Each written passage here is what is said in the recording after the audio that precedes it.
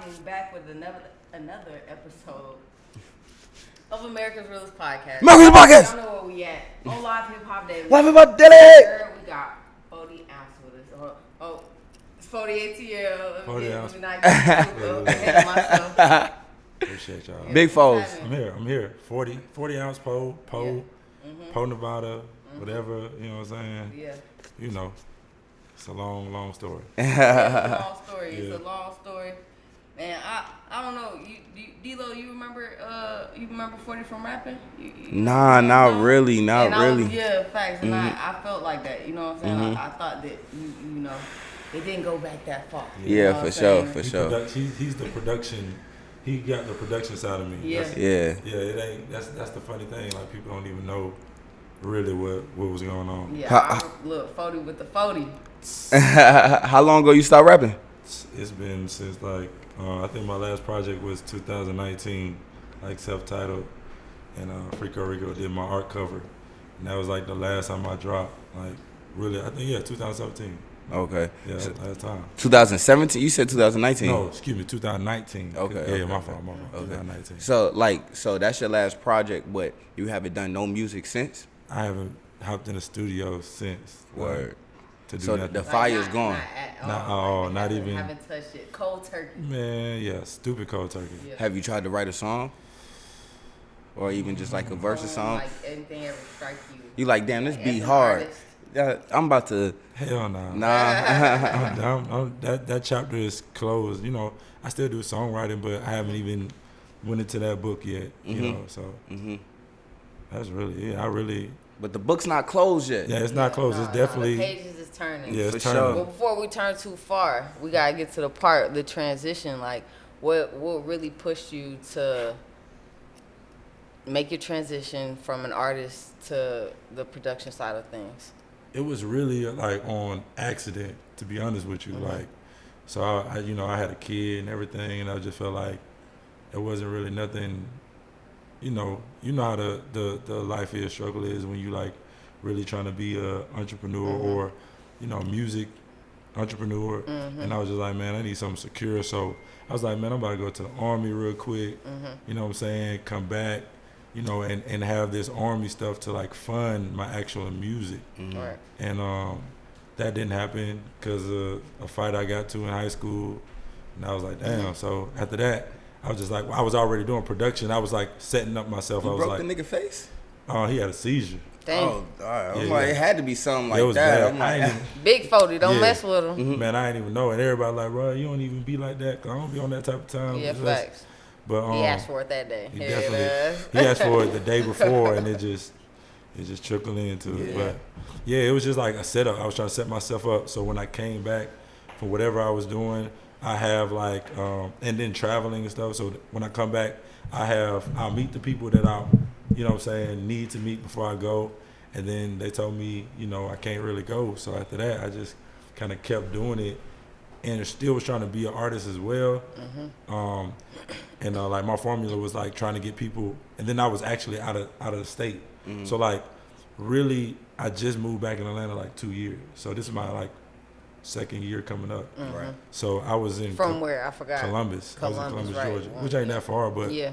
I can't go out and mingle and network. So I would pay the people that I want to see, and let them know, I got this business going on right here. I got some dope artists and like my module back then was like surrounding myself with other dope artists, you know what I'm saying? Right. And dope socialites.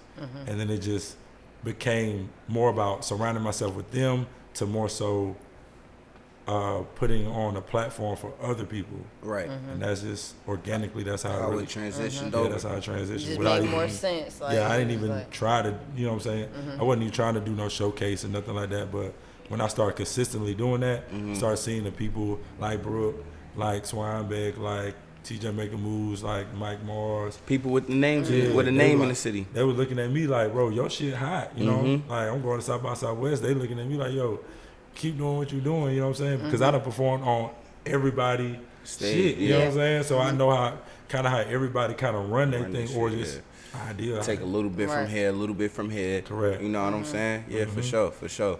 So, and with that being said, the best way to do it is like proof and you know what I'm saying is trial and error. Yeah, you know what I'm saying. A lot of trial. The first 2 years was trial and error. Like first 2 years is damn, I shouldn't spend my money that way, or I shouldn't even be promoting these people, and like you just get a lot of like one of my like business partner who was like my underground business partner was like Teacup, and like she kind of actually shout out to Big T.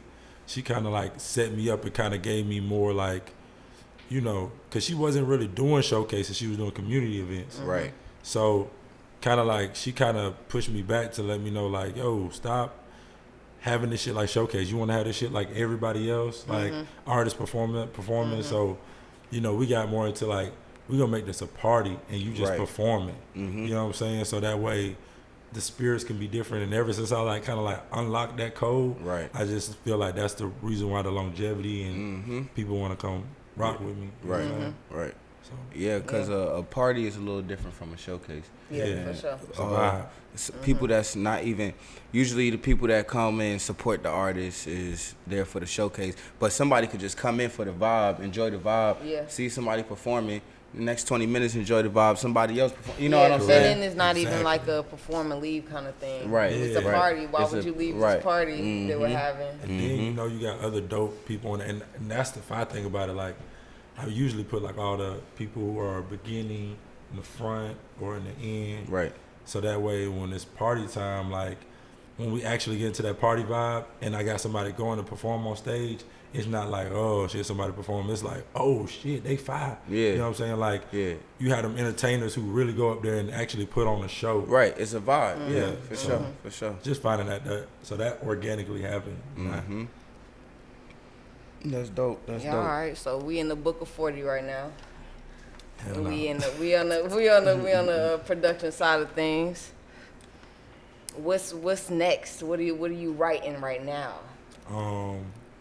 So I just like started doing more production, like kind of like I felt like a big reward was me like being involved with like Revolt, like they calling me and like, hey, dope. We want you to work out festival, and to the point where I had like everybody manager's number, everybody artist numbers, like I'm literally walking Angela Yee in, and that's literally hard. walking with Slick the Rick, you know what I'm saying? Literally with Drewski, you know, literally with almost everybody, like bringing everybody in the gate, and you know that was kind of like a reward for me. It was like I didn't need no ceremony, I didn't need nobody to know. It just made me feel like my hard work paying off. So with that being said, like that's kind of where I'm at. I've been working with like a Latino band called Group Me Fire, Kenny Chesney. I just did Kid Cudi last night. So that's production and operation is where I want to keep going into it to the point where I can be like the tour production manager, and go. It sound like it's coming pretty soon. Yeah. It's coming. Yeah. It's coming. I met somebody that was like 33, like a little bit older than me, and like I identified with him. You know what I'm saying? Like damn, like it's cool to see somebody like me. Like they got college kids. You know what I'm saying? Like I'm cut from a different cloth. Like I'm not no college kid type of person. When you can see like, oh, he went to college or they went to college. I mean, you got the college swag. I wouldn't look at you and assume that you didn't go to college. Yeah, for sure. I went for a couple years. Well, yeah, me too. Shout out to the college dropouts, Kanye. You know what I'm saying? College dropout. One of the biggest. I graduated. See, look, but see, I wouldn't even know. Yeah, for sure. I wouldn't even know, but they said the dope. Yes, sir. Shout out to the dropout. Yeah, let's go. Norfolk State's dope though. GSU. Yeah. I was conceived there. Okay. Yeah, my pops. That's fire. That's fire. Yeah, so like just me, that's always what I kind of battle with. I feel like, they would pick that type of, people who are more groomed for that. So I just feel like that's always been like my battles. Like I'm not the person. I never teamed up with anybody. I literally got this out the mud.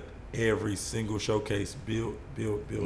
So it was like I never had a sponsorship, or I never had nothing but just us. Like, hey, what you want to do? Right. Show this, hard work, talent plus hard work. Yeah, just getting it out the mud. You know what I'm saying? Yeah. For sure. Thank God. For sure. Good God. Yeah, man. Yeah, you can't beat that. All right, right. So, all right. You walking backstage with Drewski, Angela Yee. You want to be tour manager, tour production manager. So break that down, like, because the artist is gonna need that. D-Lo G is gonna need that. Yeah. So what does that entail? You know what I'm saying? Because we need to know. Yeah, everybody needs to know. So the actual name of that is two names. It's called handler or runner, or sometimes it's PA, which is a producer assistant. And basically what you're doing is you're basically getting the details, kind of letting them know, like, here's the time, here's where you need to be, here's your credentials, and just kind of just making sure they're transitioning to the actual production or the excuse me, the pipe and drape area, or where they're sitting at is cleared, and make sure they're good. It's kind of like almost hospitality or customer service. Yeah, facts. Really, I love customer service. Yeah, you know? Yeah. Facts, I'm big on that. Yeah, I'm super huge on, like, I used to be a store manager, so like that's actually how I feel like that trained me to deal with these artists. I say the same thing, because them folks was crazy at Juicy Crab, but you know, it's all about their experience. Definitely. You know what I'm saying? Yeah, definitely. Hell yeah. That's hard, man. Yeah, for sure. Word. So let's go back to the music. How long was you doing music for? I started in, like, choir, you know, typical East Atlanta. I went to my church was in East Atlanta. Started there. Like, what high school you went to? Decatur. Yeah, I'm a Decatur. I'm a Decatur plant. Started in the church, you know, grandma waking me up saying, get your ass to church. Then Michael, y'all know, Michael Jackson type shit, you know what I'm saying? Like, used to do the Michael Jackson talent shows and plays and a lot of stuff like that. Yeah. Just because entertainment purpose, I used to love that shit. Like, it was like a gateway for me to get out, you know what I'm saying? Like, and then came to middle school where, you know, freestyling, battle rapping, that's kind of how I really started, like, you know, saying your hair fucked up but I still love your mama type shit like that, you know, making the crowd wild, and then coming with, like, yo, you need to take that and make it to a school project, and then, you know, just rapping over, hearing the radio and just rapping over the songs. And then ninth grade, my uncle is a DJ, so and it's old school. Like, my uncle, I don't even know how he did this, but we recorded from live mics, and he recorded it onto the record tape, and it was actually coming from like, this is like probably like some old school shit, but, you know, we like in 2000, so I'm not really thinking, but put it on the tape. I don't know how the hell we put it to a tape, to a CD. I don't know how that happened, but, you know, getting my homeboys and going into our studio and actually recording the song. You know, and this is around the time, like, Bone Crusher came out with that. Dun, dun, dun, dun. So, you know, we rapping under that, and, you know, talking about we gangsters and shit, like, I'm the number one gangster and shit like that in fucking ninth grade. And then, and it just really, like, manifested to, like, all right, let's get in the studio, and then more technology started coming out with the cool-edit and, you know, well, cool-edit was, like, shit back then, like, you know, back in the days when you try to even get auto-tune, you had to put flanger on that motherfucker to try to sound like you had the auto-tune. So yeah, that's really it. Like, from high school, it kind of just manifested, and then after high school, I dropped two mixtapes in high school, which was like, that was kind of like the culture of in Decatur. Like, the people before us was like Mel, Ant, I think it's Quarantine or something like that, and Brandon Fabre. So those are the people that Tone, you know what I'm saying, who still rapping. Those were who we looked up to, you know what I'm saying? Like, and so when it was our turn, it was like, all right, it's our turn to do a mixtape. You know what I'm saying? My homeboy was like the number one recruit in Decatur, and we doing the tape, so we already got people looking at him. So we dropped the tape. They playing in every gym room. They playing at prom. They playing at Miller Grove. You know what I'm saying? So that just became the culture, and that's what I'm used to. So yeah, and you know that's really motivating. Yeah. You know what I'm saying? As a youngster out there, you know what I'm saying, putting music that's getting played in other schools and stuff like that. That's lit. And that's what I'm saying. Like sometimes I look at it like, damn, like this is the time where like Rich Kids was coming out. So I'm like, damn, if we would have had like, I don't know really how Rich Kid got on, but you know they say the T.I. thing, T.I. son or T.I. nephew or something like that. But like I just felt like the thing without us, we wasn't like, we was so separate. But if we would have came together and really say let's really make it instead of just doing it as a hobby. You know what I'm saying? Because that's all we was doing as a hobby. Yeah. Right. But if we would have really like, hey, we want to be rappers, I feel like we actually could have like really been popping. For sure. Like Travis Porter, like I literally grew up with Travis Porter, like you know what I'm saying? So it's like we actually could have been popping, but we just didn't take it serious. Right, for sure. So really. So yeah. it's fine. But you know, you here right now. Yeah. It's a beautiful journey. Beautiful. It's up a roller coaster. Yeah. But when you get there, it's like, damn, I got more to go, but damn, like it's rewarding. Like even to be on the podcast, like the interview, you got to be some type of importance to like. Yeah, man, of course, brother. You know what I'm saying? Facts, Mhm. Been outside. Got some type of motion going on. Correct. Word. Facts. So got something to talk about. You working with any artists? I don't like working with artists. I'm gonna be honest. I like doing stuff for artists, but I don't like working. It's just too much responsibility. Right. You know what I'm saying? I'm creative. I'll tell you what to do. You know, I'd rather be on a creative team and telling you like, hey, you should do this, or I'd rather be on the team doing it. But just like trying to manage your artist or be an agent, it's just like that ain't. I don't think I'm. You don't want to be responsible for because I just deal career. with I think I deal with like 90 artists a month. So just dealing with all those artists and be like, oh, I just want to settle down to one, it still is exhausting because that one artist is going to have that expectation of damn near 90 artists, if not more. So I'd rather avoid the headache. Right. And but I do like help out with a lot of people. Like I give good marketing tips, or you can use me to actually get something done. Like, why are you paying $700 for a video? I know somebody that can do it for $300. Right. You know what I'm saying? Or why are you why are you paying a venue when I can just get it off of me for real, and you can just pay me $150. Right. And you can get a venue. You know what I'm saying? And on top of that, you doing it on my name, so I'm gonna actually be helping you with making sure you running your shit smooth. Yeah, I got a so you said you deal with about 90 artists a month, right? So like out of the 90 artists, like how many are like I know it's coming. Like not serious, like, you know, just fugazi artists. You know, I think hard to work with. I think when artists start realizing it's a music business and they focus on the business, that's when the game would change. But it's too many smoke and mirrors out here. So I mean, it ain't gonna change. So to answer your question, I say like 10% of those artists are really like serious and putting in their money. And like, to be honest with you, I appreciate the people that keep coming back, because that's part of my job is retention and bringing people back. Yeah. But it's like I don't even want the same people to be on my shows. You know what I'm saying? Because if you haven't, you know, I'm bringing a crowd. I'm bringing I'm bringing other people. Like, you know, I be seeing people, they be like, oh, you know, DJ Plug was here. Like, I didn't know. Like, you know what I'm saying? Oh, you know, Lil Coach was here. Like, I didn't know. Like, you know what I'm saying? So I'm bringing people just based off of the other caliber of artists that I'm bringing.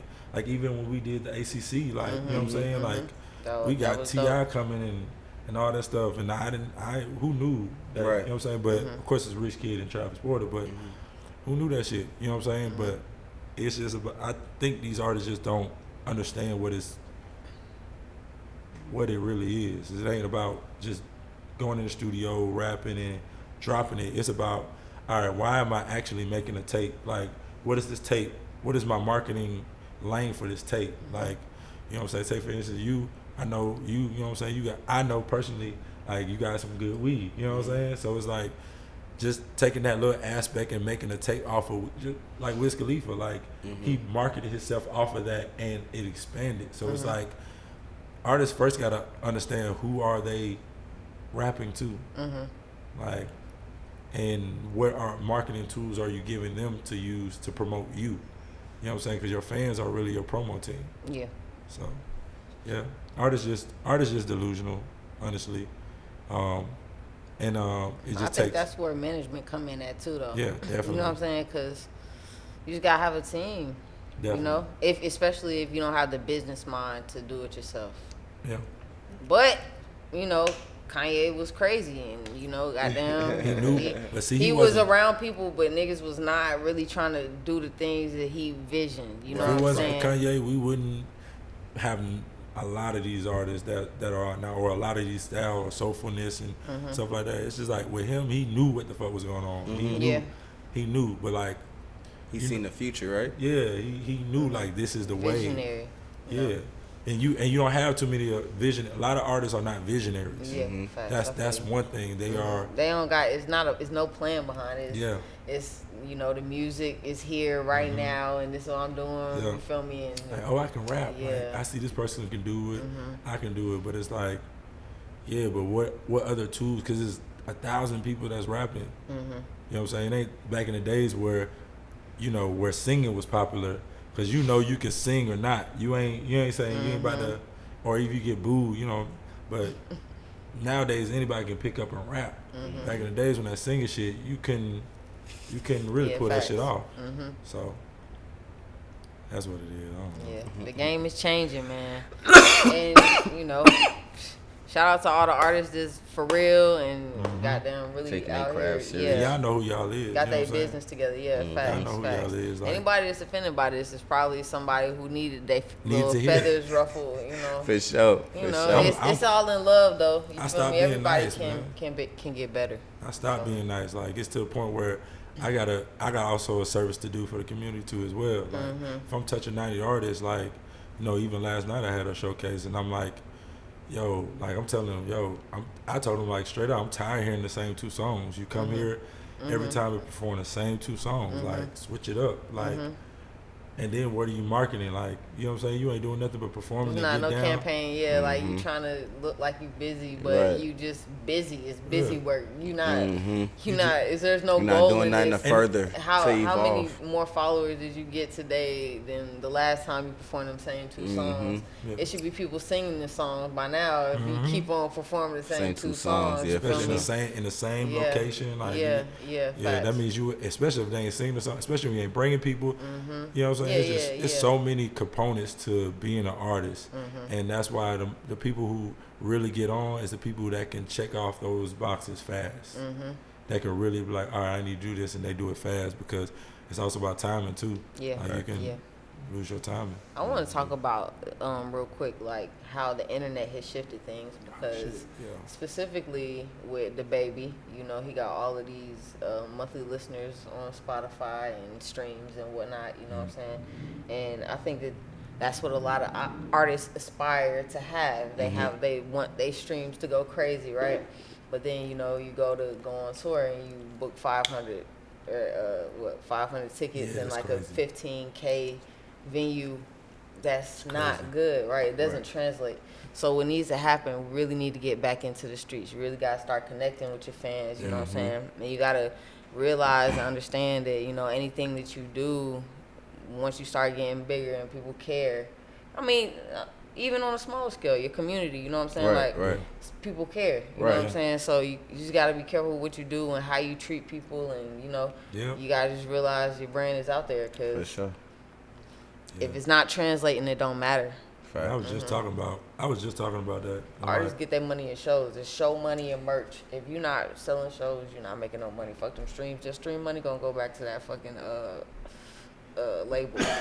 You know what I'm saying? For sure. Period. Guerrilla marketing is still a thing. Like I was just talking about that. And shout out to Kingpin, man. He was just out in Oakland with Ugly Face going crazy. Man, you know what I'm saying? Posters. Man, I'm telling you, you gotta get out there. Guerrilla marketing is still in because especially if you do this shit, like even if you don't pick it up, you saw it. Right. Like even like there's an artist that was in South by Southwest that had one year that had crazy guerrilla marketing. I think he's kind of like, I used to know his name, but he was kind of like nerdy a little bit, or Poindexter. His name was Poindexter. I never saw him before, but I saw his flyers, and it was captivating too. So then seeing him come to Atlanta, be like, oh shit, I remember him there. But I never touched the flyer. I just looked at the flyer. You know what I'm saying? Like, that's what I be saying about like email blasts too. You know, like even if they don't open it, they saw your name. Right. They saw your name, and they keep seeing your name. They gonna open it. They gonna either open it, or when they see it somewhere else, then they gonna.